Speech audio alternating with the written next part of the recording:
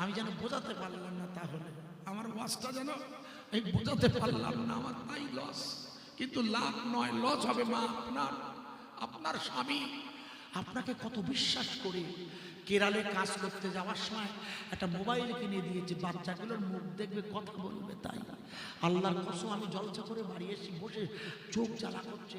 আমাদের ওই পাড়া একটা ছেলে এসে বলছে, মশাই আমার স্ত্রী চুরি গেছে। তোর স্ত্রী চুরি গে? বলছে হ্যাঁ। আচ্ছা কেন? বলছে হুজুর সবচেয়ে দুঃখ কি জানেন, তার কদিন আগে ওর মেয়ের বিয়ে হয়ে গেছে, সেই বউটার মেয়ের বিয়ে হয়ে গেছে। বলো, মেয়ের বিয়ে হওয়া পেলে আর ও বেরিয়ে যাচ্ছে মোবাইলে। ওর হুঁশ আছে যে যার সাথে যাব সেও দুদিন পরে ফেল দেবে, ওর হুঁশ আছে? ওর হুঁশ নেই।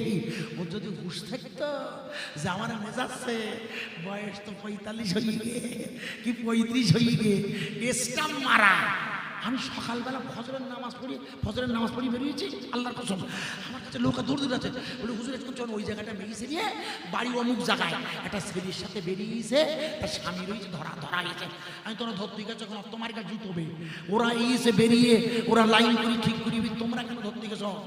বলছে আপনি ঠিক বলেছেন। পুলিশ বলো কেস দেবে উল্টো, পুলিশ বলবে তোমারই গাতি। কিছু মনে করবেন না, বদল বলছি।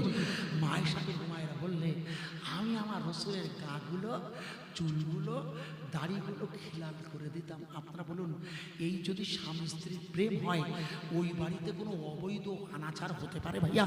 ওই বাড়িতে শান্তির বাড়ি হবে না ভাই। আজকে স্বামী স্ত্রীর মিল মহব্বত নেই, সংসার মুশকিল। এই বলতে যাই প্যাকেট নিয়ে যা, বাজার করিয়ে নো, কথা বলো না তো, বলতে প্যাকেট নিয়ে যাও, বাজার করিও। এ বলতে কি আনতে হবে? বলে যা যা আনতে হবে বাজারে ঝুড়িতে দেখে যা। কথা বলে না, কিছু মনে করবেন না। কি আশ্চর্য প্রিয় বন্ধুরা, মা আমিনাতু জোহরা ওই লোকটার সাথে নয়, শ্বশুরের সাথে কথা বলছে। মা আমিনাতু জোহরা জিজ্ঞেস করছে, আমার বেটার চুলগুলো গোছানো, এটা আপনি জানলেন কি করে? বলে যা জানি, সত্যি কিনা বলো। বলে একেবারে সত্য। বলে তাহলে এবার একটু বলো তো, আপনার বেটি, আপনার বেটা যখন মুস্কি হাসে, মনে হবে যেন মুক্তগুলো, মুক্ত মণিগুলো ওনার শরীর মুবারক, দাঁত মুবারক মনি মুক্তর মতো, মানে মণি মুক্তার মতো চমকে উঠছে। একটু জোরে বলা যাবে না? এতিমে নবী উম্মি নবী, এতিমে নবী উম্মি নবী, বিশ্ব নবী হলো। ইয়া উম্মতি তাহার বলিছিল। মা আমিনার নয়ন তারা মুহাম্মদুর রাসূলুল্লাহ মুস্কি হাসি হাসলে পরে হার মানাত মনি মুক্তা। এমন নবী কোথায় পাবে? এমন নবী কোথায় পাবে? আমায় তোমরা বলো না। নবী আছে মদিনায়, কবে যাব জানি না। আল্লাহুম্মা সাইয়্যিদিনা মাওলানা, জোরে বলুন, ওয়ালা আলে মাওলানা। মোহাম্মদ নাম যতই জপি, মোহাম্মদ নাম যতই জপি, ততই মধুর লাগে। তাই না ভাই? একবারও মনে হয় যে রসুলের নাম শুনলে কষ্ট হয়? কারণ হয় হয়, তাদের হয়, তাদের ঈমানের দুর্বলতা হতে পারে। আর যারা মানে না তাদের তো হয় কি? মুহাম্মদ নাম যতই জপি ততই মধুর লাগে। ওই নামেতে এত মধু কে জানি তো আগে। আরব দেশের খরমা মিষ্টি, আরো মিষ্টি বেদানা, তার চেয়ে অধিক মিষ্টি আমার নবীর মুখখানা। জোরে বলা যাবে না? আর একটু জোরে বলা যাবে না? কেউ বা তোমায় পাগল বলে, কেউ বা তোমায় পাগল বলে, কেউ বা বলে জাদুঘর, আমার আল্লাহ বলেন কোরআনেতে, ও যে আমার শেষ জামানার পয়গম্বর। কেউ বা ডাকে আবুল কাসেম, কেউ বা বলে আল আমিন। আমার আল্লাহ বলে কোরআনেতে, ও যে আমার ইয়াসিন। জোরে বলা যাবে না সুবহানাল্লাহ।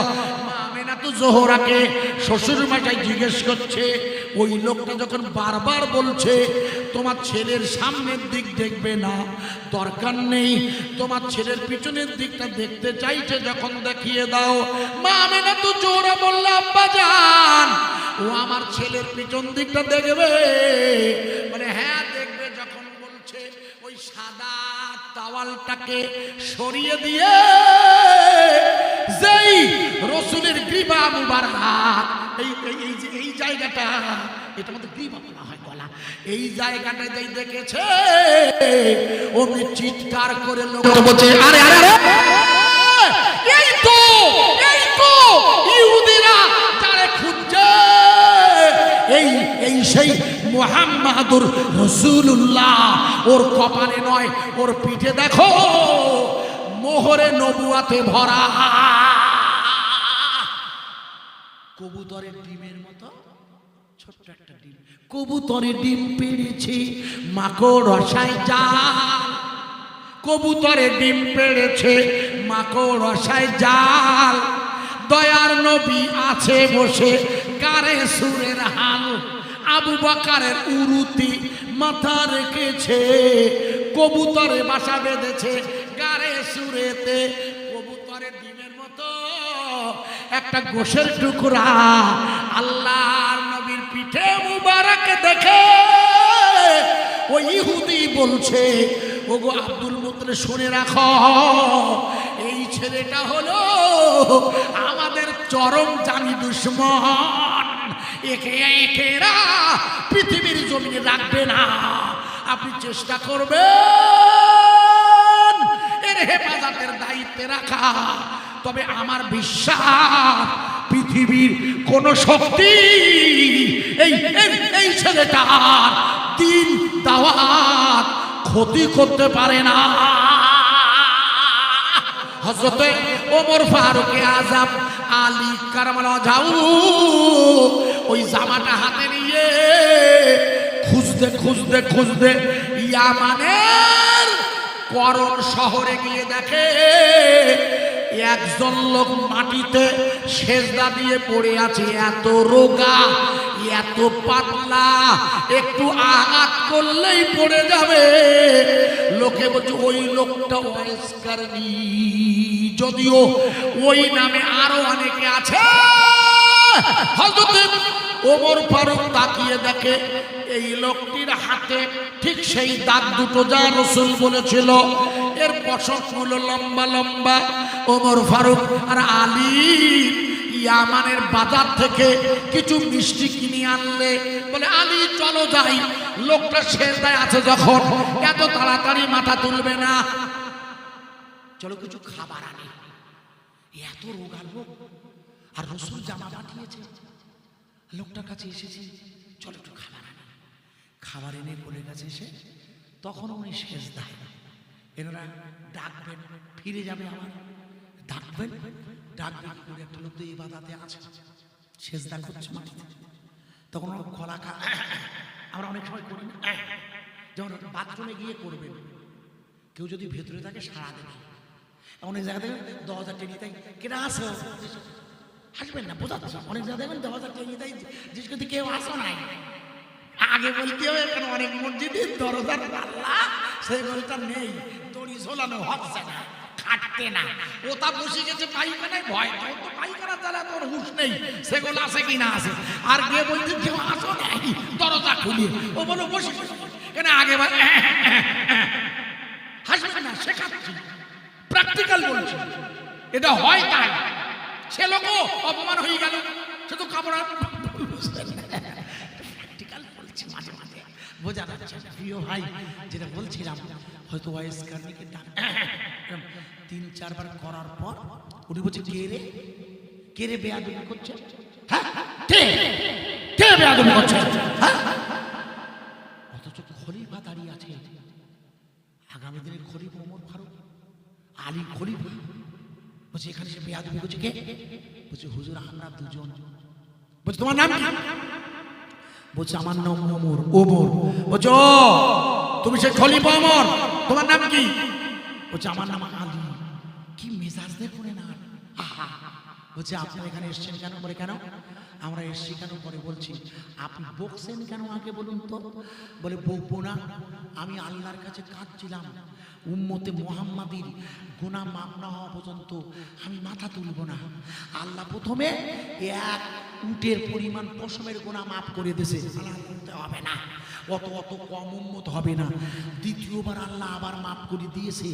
এইবার আমি বলেছি সব উম্মত মানে উম্মতে মুহাম্মাদি লা ইলাহা ইল্লাল্লাহ পড়েছিল যারা, এরকে সবার মাফ না করলে আমি মাথা তুলব। আল্লাহ হয়তো ওমর বলছে কেন কেন খোদা না গেলি আমার কাছে বিরাট উপকার হইতো। কেন ওমর ফারুক যেই ডেকেছে তখন ওই 3 নম্বরটার পালা। উনি বলছে ওমর আপনি আমায় ডাকলেন কেন? আপনি যদি না ডাকতেন আমি পৃথিবীর যত লা ইলাহা ইল্লাল্লাহ পড়নেওয়ালা ঈমানওয়ালা আছে উম্মতে মুহাম্মাদি ওদের গুনাহগুলো মাফ করিয়ে নিতাম।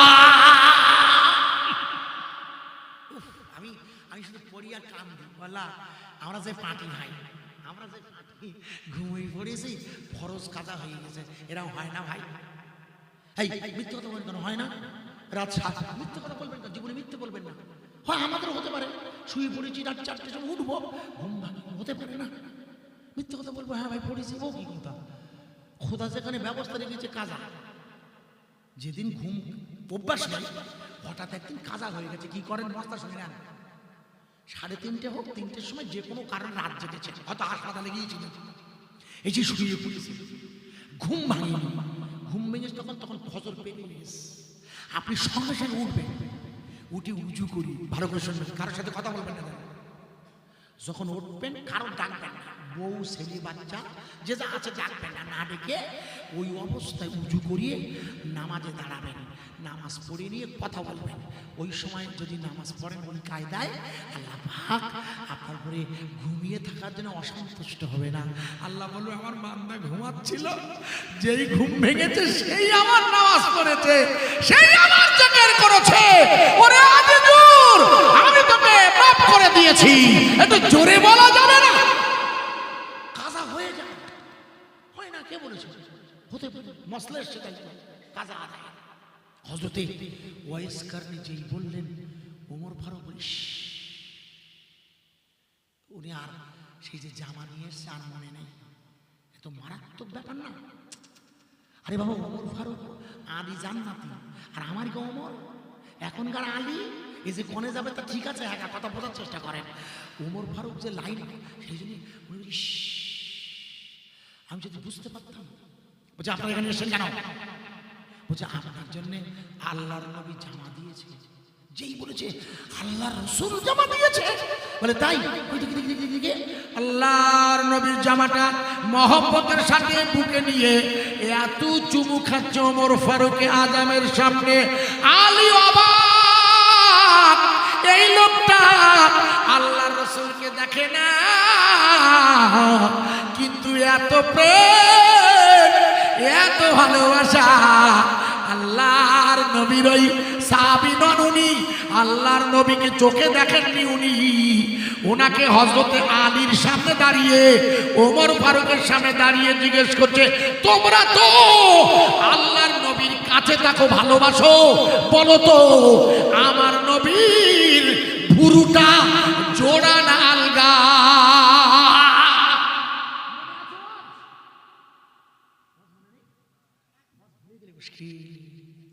আমি খুব যুক্তি দিয়ে কোরআন হাদিস দিয়ে প্র্যাকটিক্যাল বলে প্রশ্ন করেছিল কে?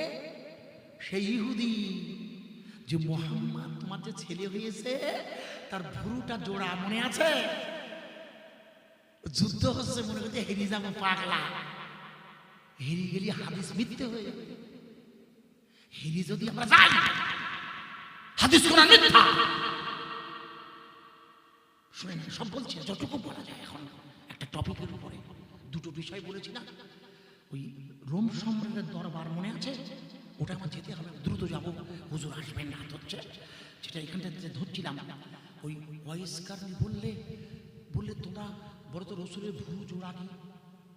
আলী বলছে ওমর ওমর, এই সত্যি তো তাই, কারণ কাছে থাকে কিন্তু অত খেয়াল করে না, আর করলেও মনে নেই। আমার কথা বোঝা যাচ্ছে কি? হযরতে ওয়াইসকারনি বলছে আমার নবীর ভুরু মুবারক জোড়া, অথচ বলছে দেখা হয়নি। আল্লাহর নবীর সাথে দেখা হয়নি, অথচ হাতে দাগ জানলো কি করে খোকা? আল্লাহর নবীর সাথে দেখা হয়নি, অথচ পশরটা লম্বা। হুজুর বলল কি করে? ওরে মাজনবের ছেলেরা, ওরে মাজনবের মেয়েরা, আমার আম্মা জানে না, বাড়িতে বসে থেকো না মা, ছেলেরা বাড়িতে বসে থেকো না, আল্লাহর নবীর দিনের জলসায় বসে যাব। হযরতে ওয়াইস কারনীকে রসুল না দেখি তার চেহারার যেমন বর্ণনা দিয়েছে, আমার সোনার নবী, আমার নবীর ভালোবাসাতে হুজুর আমাদেরও চিনে রাখতে পারে, একটু জোরে বলা যাবে না? মা আমিনাতু জোহরা বলছেন আব্বা আব্বা, এ লোক ঠিক বলেছে, তাই তো আমার না, আমার ছেলের চোখ ভুরু জোড়া যে, জিজ্ঞেস করছে আপনার ছেলে চুলগুলো কোকচানো কিনা একটুখানি দেখুন তো। আয়েশা সিদ্দিকা বললেন আমি আমার রসুলের চুল আশ্রিয়ে দিতাম। স্বামীর চুল আশ্রিয়ে দেওয়া মেয়েদের জন্য সুন্নত, জানেন তো? স্বামীর চুল মেয়েদের, স্বামীর চুল মেয়েরা আশ্রয় দেবে, এটা সুন্নতের নববী। প্রয়োজনে দাড়িটা খিলাল করে দেবে, অর্থাৎ চিরুনি দিয়ে আশ্রয় দেবে। আয়েশা সিদ্দিকার রিওয়ায়াত এসেছে স্বামীকে স্ত্রী গোসল করিয়ে দেবে, স্ত্রীর দায়িত্ব স্বামীকে গোসল করানো। ওই বুড়ো বয়সে যখন শরীর খারাপ হয় স্ত্রী, তখন স্বামী যখন সেবা করবে, স্ত্রীর দায়িত্ব স্বামীর প্রতি ভালোবাসার সেবা শুশ্রূষা করা। আমার কথা বুঝতে পারছেন? আল্লাহ রাসূল সাল্লাল্লাহু আলাইহি ওয়াসাল্লামের বিবি আয়েশা সিদ্দিকা বলছে আমি নিজে আমার রসুলের চুলগুলো আমি আঁচড়াতাম, আঁচড়াতে গিয়ে দেখতাম হুজুরের চুলগুলো কোকচানো, আর একটা হাতের চুল কখনো কখনো খুঁড়ে পড়তো, আমি সেটা বরগাতান বুকে জড়িয়ে ধরতাম। আল্লাহ রসুলের চুল বরকতময়। আমাদের দেশে এসছে কোথায়? লিখে নেন, দু জায়গায়। একটি জায়গায় আমি নিজে গেছি জলসা করতে, আমি আল্লাহ নিয়ে গেছে, সেটা হচ্ছে মনে করতে অন্ধ্রপ্রদেশের রাজধানী হলো হায়দ্রাবাদ। হায়দ্রাবাদে একটা মসজিদ আছে, মসজিদটার নাম হলো মক্কা মসজিদ, চার মিনার। ওখানে আমি ওয়াজ করতে গেছি, ওই মসজিদে আল্লাহর নবীর চুল মোবারক রাখা আছে। আর আমাদের কাশ্মীরে যেখানে ভোট হয়েছে, যে ভোটে ভারতীয় জনতা পার্টি ভেবেছিল ক্ষমতায় যাব, হরিয়ানা তো ভেবেছিল, একটা কানের দাঁত দেখেছে খোকা, হরিয়ানায় তো গিয়েছিল শুধু করে যা যেটা বলছিলাম। এখন ওই ওই ওই যে জায়গার নামটা করছিলাম শুধু বোঝানোর জন্য সেখানে বলে ভুল বুঝবেন না যেন, কাশ্মীরে একটা মসজিদ আছে দরগা সহ, নাম তার হজরত বাল মসজিদ। বাল শব্দের বাংলা মানে চুল, ভুল বুঝবেন না। চুল আমাদের, আমরা যেমন বাংলায় বলি এক একটা ভাষা, তো ওই মসজিদের নাম হচ্ছে রসুলের চুলের নামে। প্রতি বছর নবী দিবসের দিন ওই চুলটা দেখানো হয়, সুন্দর করে রাখা আছে। মা আমিনাতুল জোহরা বলছে যে সত্যি সত্যি তো আপনি ভাই কোথা থেকে জানলেন? স্বামীকে শ্বশুরকে বলছে জিজ্ঞেস করুন তো, এ লোক জানলো কি করে? সেলি হয়েছে আমার। আর এ লোক বলতে আমার ওয়াজ বোঝা যাচ্ছে খোকা, আমার ওয়াজ বুঝতে যারাই আছো বোঝার চেষ্টা করো খোকা, সেলি হয়েছে আমার। আর তোমার বাড়ি হলো সেই সিরিয়ায়, শামে, যেখানে যুদ্ধ হচ্ছে এখন, যেখানে কিয়ামত হবে। কিয়ামত দুকে নেই, কিন্তু যাবো তো শিখে নাই, কবর হবে, মাছ হবে, হাজির হব, সব কি করতে করতে ইয়া নফসি, ইয়া নফসি, মনে নেই? ইয়া নফসি, কেউ আমার নয়, আমি একা। ওই বাড়ি বেরিয়ে গেছে। আপনাদের একটা সভা হয়েছে, গরু জবাই হয়েছে, এখানে হয়েছে ভালো। আমার কাছে কি একটু এলাকা হিসেবে হয়, তা আমার মনে হয় এমন কোনো বাড়ি নেই, কুটুম নেই, আমার মনে হয়। আমার মনে হচ্ছে 1-2 কিলো গোশ বাড়তে কিনিনি এমন পার্টি খুব কম আছে। তারা সবাই ইয়েস বলো, আবার খেয়েও গেছে, বেরিয়ে গেছে, কেউ নেই। সব হবে খাবার স্বভাব, জলসার সব হবে না। বেরি বাড়ি এসে বেই খাইয়েছে। ও তো বাড়িতে বলে এলো, মা আমার মা মাছ ধরে সভা হবে, জলসা শুনতে পাচ্ছি। ও বাজারতে বেশ সাথে দেখিয়ে ঘুরিয়ে বাড়ি চলে গেছে। কিছু মনে করবে না, বোঝানোর জন্য বলছে। মা মেনা বলছে ছেলি হয়েছে আমার, তার চুল কোকসানো, আর তুমিও ও লোক জানলো কি করি। মা আব্দুল মজিদ, ও ভাই সত্যি তো নাতি হয়েছে আমার, আমি জানি না, তোমরা তো খোঁজ রাখো কি করি। বলছে আমরা খোঁজ রাখি। শোনো না, তোমার বৌমা জিজ্ঞেস করো, চুলগুলো কোকচানো, ঢেউ খেলানো চুলগুলো। বুঝে হ্যাঁ, এক ঢেউ খেলা বোঝে না, অনেক অনেক চুল দেখবেন। হ্যাঁ ঢেউ খেলানো বুঝে। মায়ের সাথে আমার রসুলের চুলগুলো এত কুচকুচে কালো, রসুলের চুল এত কালো, পাকেনি, গোটা 2-3 চুল পেকেছে। বলে আমি আড়াইশা তুলে তুলে দিতাম। আমি আমি আমার রসুলকে গোসল করাচ্ছি। মায়েশা বলছে হুজুরকে গোসল করাচ্ছি টুলের উপরে, টুল টুল টুল বোঝে। আরে টুল সিয়ারের ছোট ভাই, সিয়ার হলো বড় ভাই, টুল হচ্ছে ছোট ভাই। মায়েশাতুল হুমায়রা বলছে আমি আমার রসুলকে গোসল দিতেছি। গোসল দেওয়া মানে স্বামীর গা তুলে দেওয়া না। আরে আশ্চর্য, বলে আমি আমার রসুলের গোসল দিতেছি, গোসলের পানিগুলো সুগন্ধে ভরা হয়ে যাচ্ছে, একটু জোরে বলা যাবে না। আমি আয়েশা, আরে এই শোনো না, তোমার যে বেটা হয়েছে, তোমার যে বেটা হয়েছে, ওই বেটার পেশাবটা মেশকে আম্বারের মতো সুগন্ধ, একটু জোরে বলা যাবে না। তোমার বেটা কি বিছানায় পেশাব করেছে? বলছে না, একটু জোরে বলুন না। বলছে আমার বেটা যেটুকু আমার কাছে আছে, আমার বেটা বিছানায় এখনো কোনো পেশাব, এইটুকু সময় পেশাব করেনি। যেই পেশাব হবে হয় শব্দ করে, পরবর্তী পর্যায়ে হাদিস আসছে যেই পেশাব লাগে হুজুর শব্দ করতো, মা তাড়াতাড়ি নিয়ে ধরতো। একটু জোরে বলবে না সুবহানাল্লাহ? এই দেখো আমরা ছেলে পিলে খেলা করতে করতে ওই ছট করি একটা প্যান্ট টেনে দেই না, বুঝতে পারলি? খেলা করতে করতে আমার বয়স 3 বছর, আর একটা 4 বছরের মাল নেই, সে আমার প্যান্ট খুলে দিলে, ও কিছু বোঝে না, বলে এমনি পাকামো করে। যেই রসুলের প্যান্ট খুলে দিয়েছে, রসুল অজ্ঞান হয়ে পড়ে গেছে। বলে এই এই আমার নবী অজ্ঞান হয়ে গেছে, রসুলের প্যান্ট খুলে দিয়েছে একজন, হুজুর অজ্ঞান হয়ে গেছে। রসুল পাক বলেছিল আমার যতক্ষণ প্যান্ট না পরিয়েছিল আমি ততক্ষণ অজ্ঞান হয়েছিল। কেন? আমার আমার আমার পুরুষ, ভুল বুঝবেন না, পুরুষ তো আমার শরীর কেউ দেখবে না, পুরুষেরা নারীর শরীরও দেখবে না, ভুল বুঝবেন না। যখন কোনো পুরুষ কোনো নারীর দিকে তাকায়, সে দেখবেন নারীর উপরিভাগে তাকায়, ভুল বুঝবেন না জানো। আর যখন কোনো নারী পুরুষের দিকে তাকায়, তার নিম্নাঙ্গের দিকে তাকায়, খেয়াল করবেন। এটা আপনাকে সাইকোলজিক্যাল বলে দিচ্ছি, এটা হচ্ছে সাইকোলজিক্যাল মানে মনস্তাত্ত্বিক ব্যাখ্যা বলে দিচ্ছি।